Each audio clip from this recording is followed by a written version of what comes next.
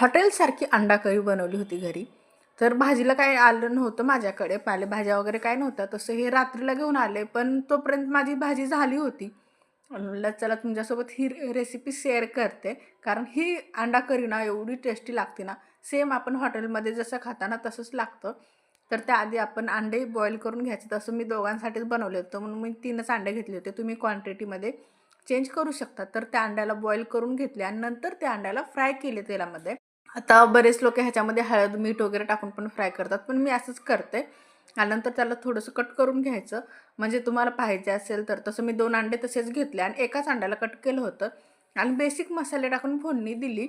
म्हणजे तिखट, मीठ वगैरे आणि नेहमीचा माझा मसाला म्हणजे जे मी ग्रेव्ही बनवते ना, सगळं कोथिंबीर, लसूण, कांदा, टमाटे वगैरे ह्या सगळ्याची एक ग्रेव्ही बनवून घ्यायची, जेणेकरून भाजीची टेक्स्चर एक खूप छान येईल आणि त्याची ग्रेव्ही बनवली ना तर भाजी एकदम मस्त होती. तर त्यामध्ये आपले तिखट, मीठ वगैरे सगळं टाकून घेतलं, खडा मसाला टाकला आणि त्याला गरम पाणी टाकून वाफ देऊन घेतले.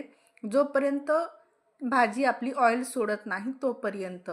जर थंड पाणी टाकलं तर तेवढी चव लागत नाही आणि भाजी ऑइल पण सोडत नाही. त्यामुळं गरम पाणीच टाकायचं म्हणजे छान होतं आणि दिसायला पण खूप ढाबा स्टाईल अशी अंडा करी दिसत होती. तुम्हाला आवडली का?